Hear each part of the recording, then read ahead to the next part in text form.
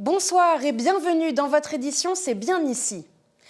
La crémation connaît une croissance depuis plusieurs décennies, une pratique qui représente près de la moitié des obsèques, 46% en 2024 contre seulement 1% en 1980.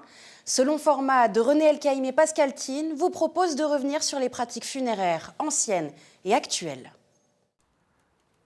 Nous sommes à Metz, au cimetière de l'Est. Les tombes où les corps sont inhumés sont ici très largement majoritaires.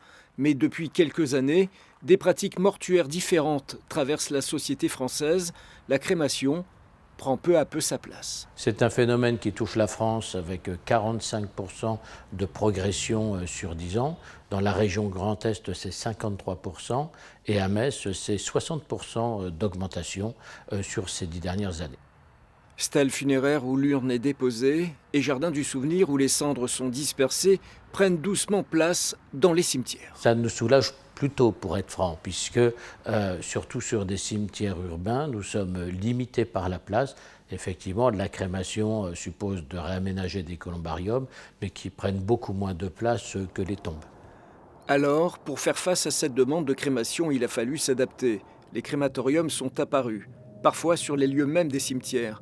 Tout est fait pour que la cérémonie des adieux puisse y être organisée et que la famille du défunt puisse se recueillir. Et pour cela aussi, les pouvoirs publics doivent s'organiser. Créer de nouveau ou agrandir les salles adjacentes au crématorium actuel. En tout cas, nous sommes en pleine réflexion sur le sujet et il faudra évoluer. Le musée de la Cour d'Or à Metz est un trésor. De multiples œuvres y sont exposées. Hormis l'aspect esthétique et artistique, les objets du passé parlent également des habitudes humaines. L'inhumation, comme la crémation, y était déjà pratiquée. Notre époque n'a rien inventé. Alors on passe de la mode de la crémation à l'inhumation à la fin du IIIe siècle de notre ère, début IVe. On explique mal ce passage d'une mode à une autre et pendant longtemps, on va voir que dans les nécropoles, les deux vont perdurer et puis après l'inhumation va vraiment en fait devenir le mode le plus courant. On a longtemps pensé que c'était l'arrivée du christianisme. Il s'avère que c'est peut-être plus complexe que cela et que ça relève aussi, un peu comme aujourd'hui, en fait, du libre choix de chacun et des croyances de chacun. Les croyances, justement. Pour la chrétienté, que cela soit chez les protestants ou l'Église catholique, la crémation n'est plus un tabou.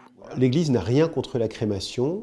On a l'habitude dans l'Église de privilégier l'inhumation parce que c'est se reporter un petit peu à ce qu'a vécu Jésus-Christ. Mais depuis 1963, l'Église ne condamne plus la crémation, elle l'accepte aussi au vu de l'évolution, de la société et de l'universalisme de l'Église.